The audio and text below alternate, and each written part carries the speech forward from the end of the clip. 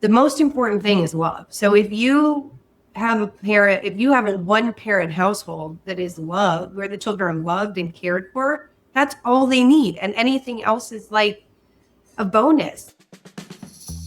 Welcome to Taking Care of Lady Business, where we have conversations about power, value, and success on your own terms. I'm talking with women who are building influence, wealth, and authority, not by following someone else's playbook, but by deciding what success looks like for themselves. These are candid conversations, hard-earned perspectives, and no BS insight from women who aren't asking permission. They're setting the standard. I'm your host, Jennifer Justice. Most people call me JJ. Let's get into it. Hi, everyone. Welcome to this episode of Taking Care of Lady Business. I'm Jennifer Justice. Today, we have Austin Fremont. Austin is the president and founder and CEO in all things, right? Fremont Blue Events. You know, it's her company. She started it. We're going to get a little bit into that. But this is going to be a little bit of a different podcast today. We talk about power, women leveraging their power, people, women no longer wanting to be underestimated, undervalued, underpaid, etc. And one of the worst subsects for that is working mothers, in particular, if you're working and then you take time off and then you come back to the workforce. It is a drastic reduction in your salary, like 50%, and your opportunities, etc. But there's something about Austin and I that we both have in common, and that is we're single moms by choice, which means that we've never had a husband helping us. We have done it by ourselves. When I started out, I was at a company. Austin had her own company. So we're going to get into all of that too. So it's a long intro before I even let Austin talk. So hi, Austin. Hi. I'm so glad we found a mutually agreeable time because, as you know, it gets booked real quick. Yeah. So look, I want to first start a little bit about your background and what you do so we can use that in the context of, finding our path toward single motherhood. So tell us a little bit about your company and what you do. Yeah, we are a small boutique events firm based in New York City, but we do events nationally and dabbled in international, but I'd say mostly in the US. We do a lot of benefits and galas, helps with all the dedication and time events take because we're helping organizations that we really believe in, mostly in the art and design world, but we have some our children and environmental. So we produce everything from gigantic 1,000-person galas to intimate 40-person dinners, or as I like to say, anything you'll pay us to do within reason that aligns with our values. I'm glad that you said it's like the 1,000-person because you called yourself a small events firm when you were doing stuff at the Met. Okay. Nothing is small at the Met. So, I want to understand your scale and understand so people can, or women in particular, can understand that like you can do this. You can do this as a single mom. You can do this as a single mom by choice. You can do this without help. And we're going to get into how and why you can do that. So let's start a little bit with your background. Like you have a very interesting connection with Andy Warhol and how you got into art. So let's talk a little bit more about that first before we really get into the single mom situation. I'm born and raised in New York City, downtown in Greenwich Village. My parents are still there. And my father worked for Andy Warhol.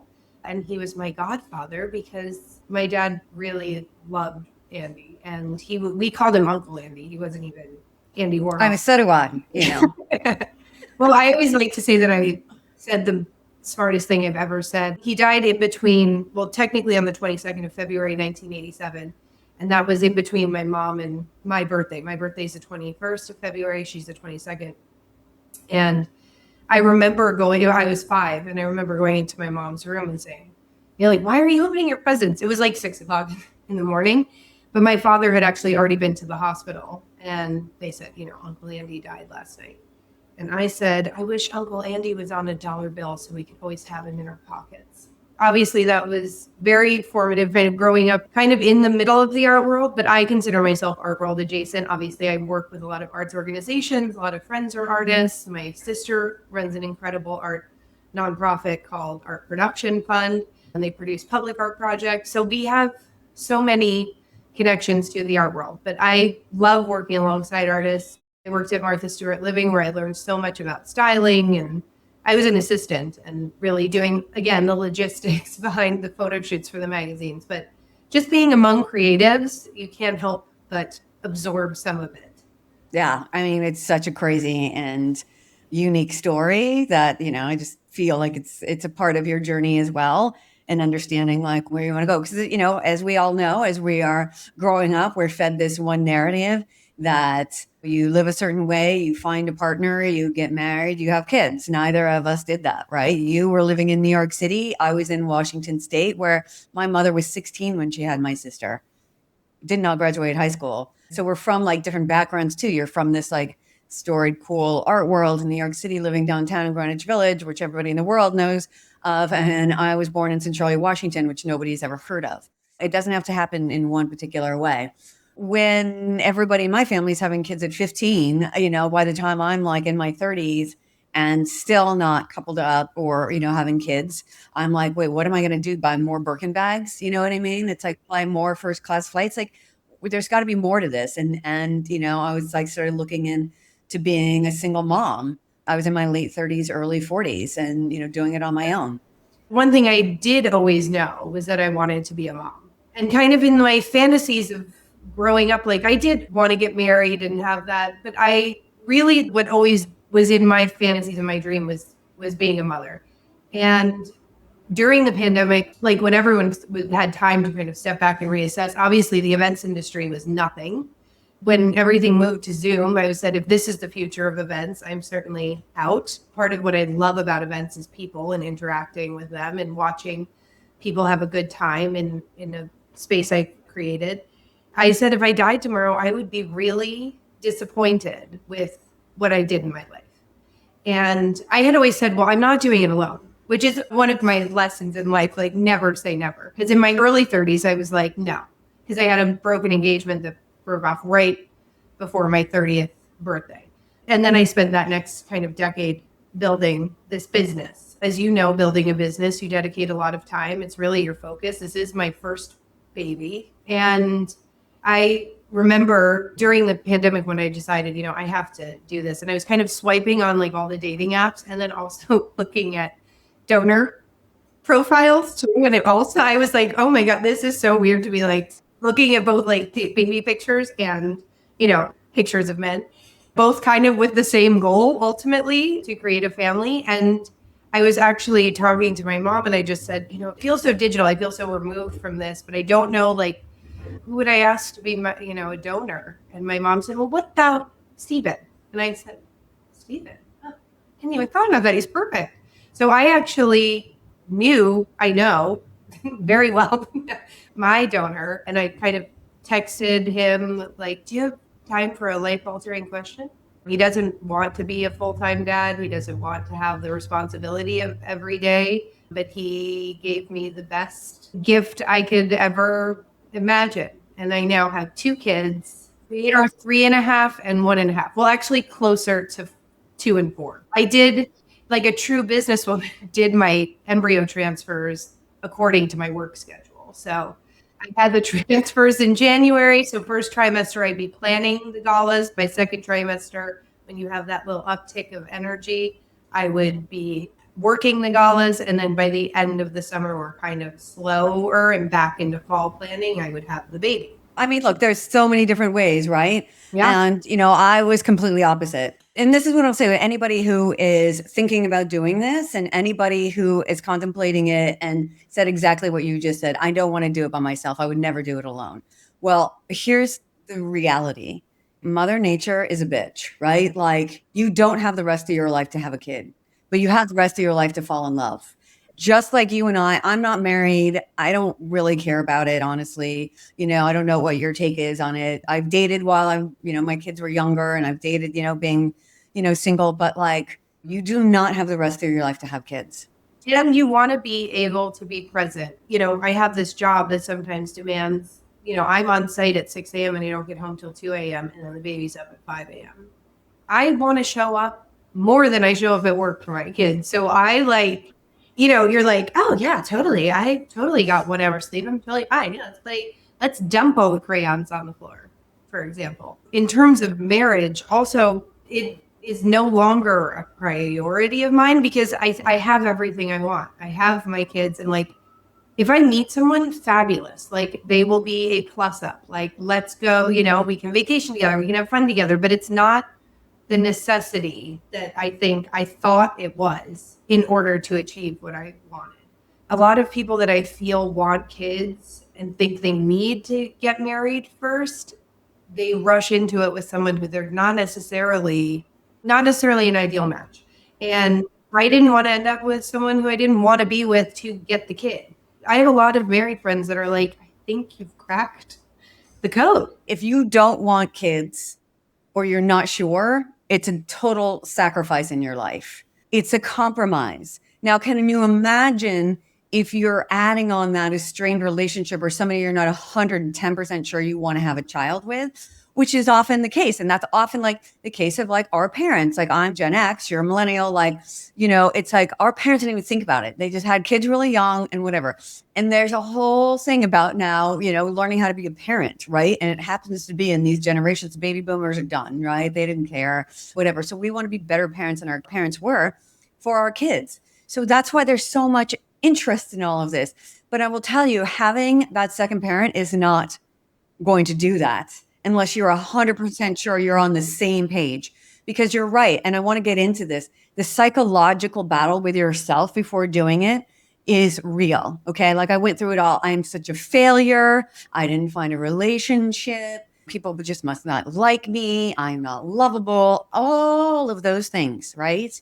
And I was in therapy and I did all this stuff. And I went, wait a minute, like I have come from nothing and where I am today. If I really wanted that to happen, I would have made it happen. I make everything else happen. I knock on every single door I wanted open, right? So it's like there was something in me that really didn't want it because I didn't really believe that that was the cure to all of my ailments. Ultimately, what I said, if this was like a job I wanted or it's something I wanted to do, I would go after it. What is stopping me from going after the one thing I really, really want in the world? I remember talking to my sister too, and she's like, I don't know, you just figure it out and it just works out. And it does, because, I do, in terms of support, have a really supportive nanny who's extremely flexible, which is key for me. I've talked to so many people, and like, I know it seems like daunting, but you really do figure it out. I think that's the thing about moms, right? I didn't have my own company when I started and when I decided to get pregnant with the kids. So it was a little tough figuring out, when I was going through it, and we'll get into more of the back and forth, and we'll get into the actual admin and details of it. But when I first went to have a blood test, I went to Cornell and they, to figure out if I was even eligible or I could do it, they gave me one blood test and told me that I couldn't get pregnant via IVF. And I literally got up and I was crying and I was like, you don't know me. And, I went home and I did all this research and I didn't tell anybody that I was doing it because from where I grew up, and understanding like, business and women, it's like you tell somebody an idea and they'll tell you 15 fucking reasons why you can't do it, or shouldn't do it. So it was like, this was my choice, is my choice only, and I was going to do it. So then I found this other doctor, Center for Reproductive Health, and they're on like 69th Street and like next to like Pertizzi off of like Madison. It's a small townhouse. It sounds like it's more expensive. They're all the same. You know what I mean? But when you go to Cornell, they hand you like a Shake Shack beeper. I'm not kidding. There's that many people in a waiting room. And here it's like a small townhouse. They were like, no, you're fine. You just need to like prime your body more. And in 6 months, I was pregnant after going there. It's like, can be so daunting. So you're going through this psychological battle with yourself anyway, right? And, mine probably took about a year battling with myself. But then I realized like, I can't wait anymore. Like I can't do this, if I want to do it, I want to do it. And then you have, the battle of actually getting pregnant and IVF. And we'll get into that a little bit more too. But I was at a really demanding job. I was at Rock Nation at the time. We worked from, 9 a.m. to 9 p.m. on an average, you know what I mean? Even if like we went home, like that was it. So I had to, really rethink if I was going to get pregnant and have this all happen. So after I got pregnant, Jay had just had Blue, Jay-Z, because most people know that I worked for Jay-Z, and it helped a lot. Having bosses that had kids that actually want to be a part of their lives, you know what I mean? Not like men who like have wives just so they can raise their offspring. Like it mattered a lot. And, I was the first one to get pregnant there. And they were like, well, we don't really have a maternity leave because we were new. Like we didn't have like a policy. So they're kind of like, write your own policy. And I was like so type A that I didn't really know what to do. And I didn't know how to like execute on that without leaving them high and dry and actually still feel like I was part of it. But that's like going far into mine. But I want to understand from you, like, how long did you live with your psychological battle before you said, I'm going to do this? Well, it was probably that year of COVID. I make decisions, big decisions very quickly. This business being one, I literally decided, like, after having lunch with my former business partner, like where he was like, let's start a company. And I was like, what? How do we do that? And I was like, okay, let's do it. Like 6 hours later, I bought my apartment, first time seeing it, like I do tend to make big decisions quickly.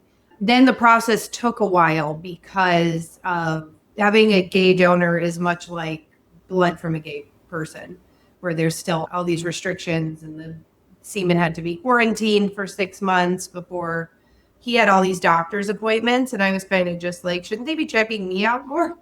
Yeah. This is just sperm, like good or not. I was like, can I sign a waiver that says like, I trust it's all good? And no, I actually didn't know that. All right. So yeah, let's get into that. Like, it's one of the bigger things that people ask me about too, is how I chose my donor and where and all that. Yeah. And that was, it was at California Cryo, which is where where it was stored up until I discarded what was left like last year or something.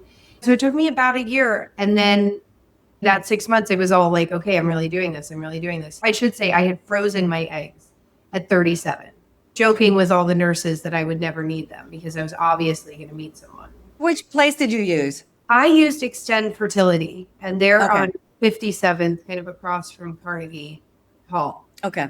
Yeah. And I loved it. I did 2 rounds of egg retrieval. I don't think they have it anymore, but they did have this deal, which seems like I went for a Groupon egg retrieval. But they did have this deal that they would, based on your numbers, predict how many eggs they would harvest. And if you didn't harvest within their prediction, you got the second round free. You would have to pay for your meds again, but the actual procedure was on them. And they thought I'd get between 11 and 18 in the first retrieval, and they got 10. So I kind of maxed out and then got another where they got 15. Started with 25, but his fertility is wild. Like then I unfroze the first 10. Because again, I was like, maybe I'll meet, literally, first of all, maybe I'll want a date, which I was like, after I had Felix, I was like, there's no way I'm dating anyone right now. But I unfroze the first 10 eggs and fertilized them, of which, 9 survived the thaw, 7 fertilized, and only Felix was good out of that first batch. Your process was totally different than mine. Like you did via egg retrieval, and both of your kids came out of the egg retrievals, right? Where frozen eggs? One came out of each batch, but the same like sperm donation. And you shouldn't be discouraged by either the number of eggs or the number of fertilized eggs, all that, because anything can happen too. Well, it's come a long way, right? Since me, like it wasn't that successful. And then every year it's got better and better. So I did it with somebody I didn't know. I did California Cryobank. I had been dating somebody who was like, oh, you know what? I wanted to have kids. He didn't want to have kids. He actually offered to be the donor. And then literally, you get primed and you have to like have the embryo implanted at a certain time or the egg fertilized at a certain time. He literally pulled out of the process the night before. And I had to like FedEx overnight from California Cryobank the sperm to fertilize the egg. And thankfully, it ended up being the embryos that are Jack and Nico. Even just like Felix being the one good embryo, all the other ones tested. And then with Guy, like, again, I had 15, but it whittled down to like, I think I had 3 out of that 15 that became, one of them being Guy, who I just went with the best, highest rated one, which is. Yeah, same. I get the 2 highest rated and they're Jack and Nico. And for people who don't know, I have, Jack and Nico are twins, boy-girl twins. They're 13. When I had them on my own, they first started like preschool and school. There was no other moms doing this, just even 13 years ago. And I mean, there's one, people will be like, I know one parent, and it's just not the same, And so a lot has changed since then. But there was one other mom in our preschool. There was one other mom in the entire preschool at the time, by the way. In their elementary school, there was one other mom the entire time. That's grades K through 5. And then we go to poly prep. And when we got into poly prep beginning of 6th grade, we were the only single moms by choice. Now there's one more, and apparently another one is starting this year. And that's it. 3 and thousands of kids. You know what I mean? So it's not something people are like, I know a lot of people doing that. Not a lot of people are doing this, which is why we're doing it. And that's why it's like I get asked all the time. I'm like, how is there not more resources? And this is what I want to do this with you and provide a resource so you can understand your power and leverage is still there as a working woman and owning a business and or in a company. And, you can do this because we are sitting here telling you can do it. There is definitely sacrifices. There's a difference too between single and solo, right? But it's like you can be a single parent, but that can also mean that you got a divorce or you were once married or there is a father in the picture, there is some financial support or not. And then there's solo, which is parenting is hard, period. So I'm not trying to compare and contrast, but there is a difference when you have another paycheck coming in, which is really what I would love. The only 2 things I miss are another paycheck and help with the luggage. Otherwise, I don't care. Exactly. So and I remember being pregnant with Guy and Felix, having trouble going to sleep and just being so exhausted. And then, finishing a nightmare bedtime routine at 9:30, 10 o'clock and being like, I don't want to cook dinner and clean up dinner. That's what a partner would be, Andy. Then you think, would the partner have made anything? And look, I did this after I had my career was set. I had made some money, by no means millions and millions of dollars. Okay. New York was cheaper also at the time. Let's be clear. So I had done some things and put some money away. And one of the things that I spent that money on was a baby nurse for the first 3 months, which was literally, you needed that. I got to sleep. She put the babies to bed. I kind of started to work a little bit more. As I was interviewing a bunch of baby nurses at the time, I was like, look, I just have to be really clear with you. There's no husband. It's just me. Every single one of them, and I'm telling you there's 10, said to me, thank God. It's true. Every single one was like, sometimes they just get in the way. Okay, so let's not have this preconceived notion that that's going to help you. There are some men who are hands-on. I'm not trying to shit on them. You know what I mean? But they were also like, it's just you making decisions and it's clear and everything is clear. The other thing, and going back to what we were talking about and making money, and I started a corporate job, et cetera. And then I just realized that the kids need me more and I started my own career. I did it for many reasons, not just the kids. There was only so far I can go in Rock Nation. Jay-Z is at the top. You know what I mean? It's like there's only so far. And then I kind of transitioned to another place where I could be seen as a president and do other things. But ultimately, I knew that they were going to need me more and I needed my, a little more flexibility and et cetera. I've made way more money since my kids have been born than I ever did in the 15 years before. And it's because I'm more focused on what I will do, what I'll spend my time on. And this is what happens. You become laser focused on what really matters. And I think that's so important for women to understand who are contemplating this decision. Because you know what? It's like, I tried to go out till 2 a.m. again, like I used to. No. You know what? It wasn't that fun.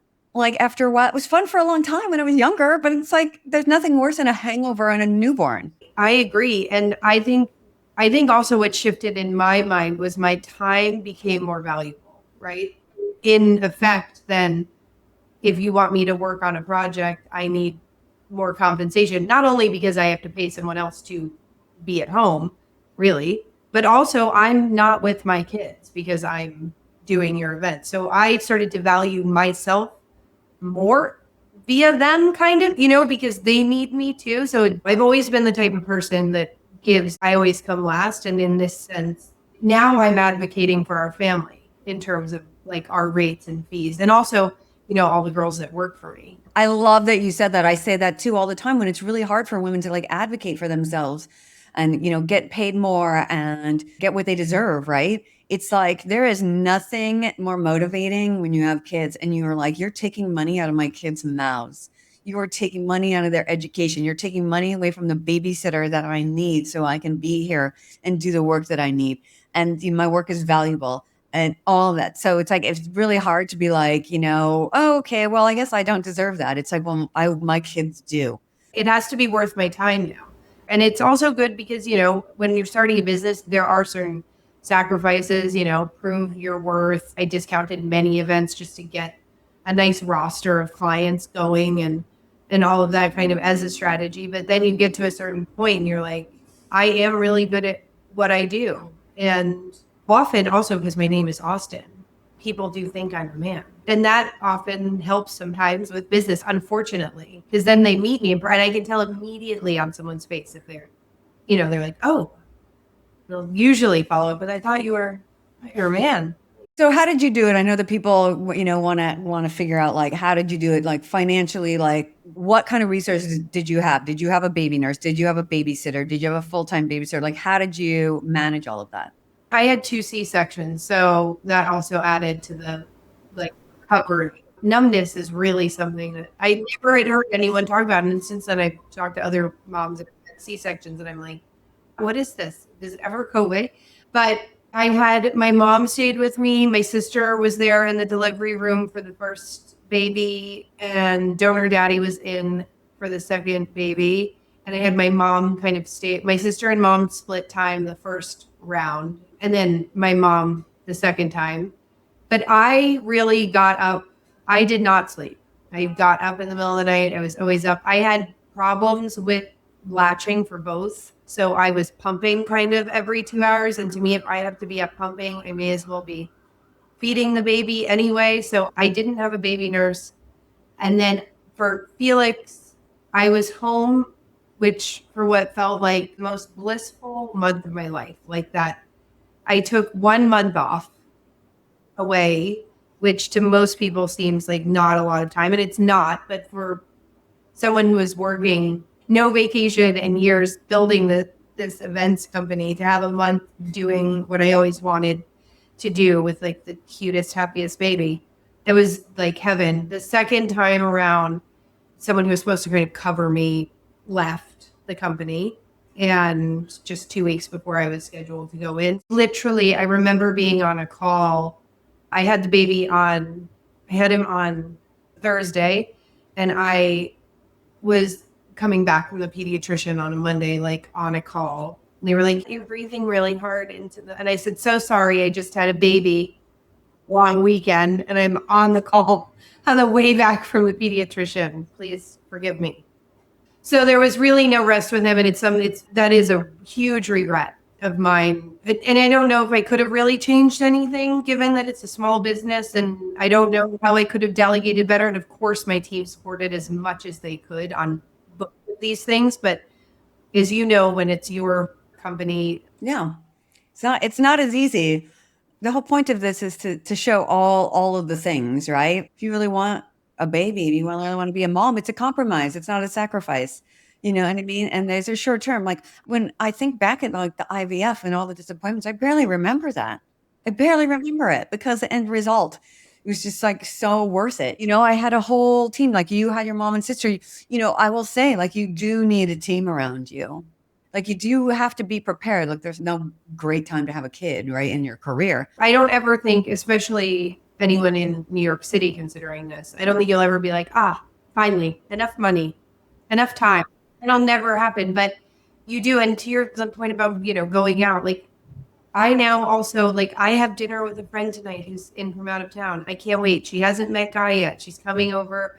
We're going to say hello. And then we're going to go to a place in my neighborhood, have a really good dinner and come home, and that to me is more satisfying than like going out all night. And the other thing is, I always thought I wanted to be a younger mother. Like I was like, I'm going to have kids by 28. I like that I got to enjoy all of my 30s, all of my 20s, all of my 30s, got to go out, have all these experiences, and I still have my baby. I don't have FOMO. When people are going out, I'm not like, I wish I was there. I'm home with these kids. It really is worth it, but you do really have to want it. It can't be like kind of want kids. To do it on your own, it is your life. Like if I'm not working, I'm with my kids. Because also just from the support perspective, I don't have the means to have like an au pair or a live-in nanny that I can kind of come and go. Like my donor daddy, we joke that he comes every, 7 to 10 business days for 2 hours. It's always a nice day. He can take the kids to the park. I'm stuck, like it's raining and he spends like a couple of hours and I get to get up. I always say you can judge how often I've seen him by my nails. Let's talk a little bit about that because I had a sperm donor like California Cryobank. The kids have been well aware since they're babies that they don't have a dad.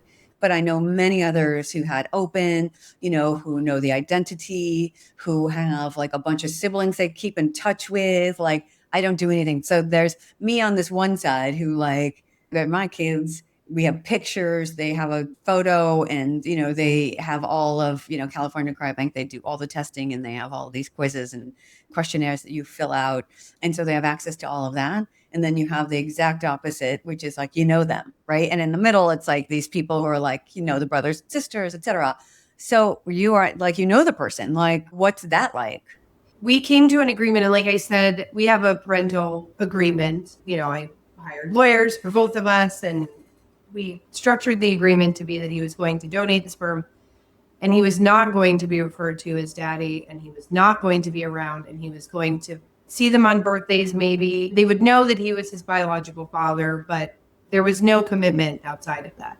When I got pregnant, I said, do you want to see the sonogram? Would you like to come to an appointment? And so he kind of like started just showing like a lot of interest. And like, let me preface this with saying he's like the sweetest, kindest, but he's like, has all the attributes that I would have wanted in a father for my children. So, and we're very, very transparent. When he started coming to see Felix after he was born really regularly, I was like, this is going to be very confusing for Felix to have this person come all the time and they're their dad, but they can't be dad. So I guess Felix would have been like 8 months old or so, but right around like the first Father's Day, I wrote a note to Stephen from Felix saying, I know you're my donor daddy, but I was hoping I could call you Dada.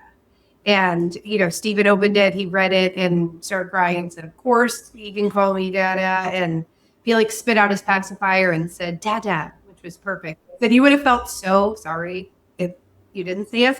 So we've kind of gone along with it. And we openly talk about if he ever wanted to take a step back and not see them, that is his right. We're just really open and honest with each other about comfort levels. And Steven's really respectful of boundaries that I may have. He even puts up boundaries for me that I don't have. He's taking Felix to Monster Gym. And he's like, well, do you not want me to drive? Do you want to take the train with him? I said, whatever is easiest for you, I'm totally fine. So I think that really, really matters a lot.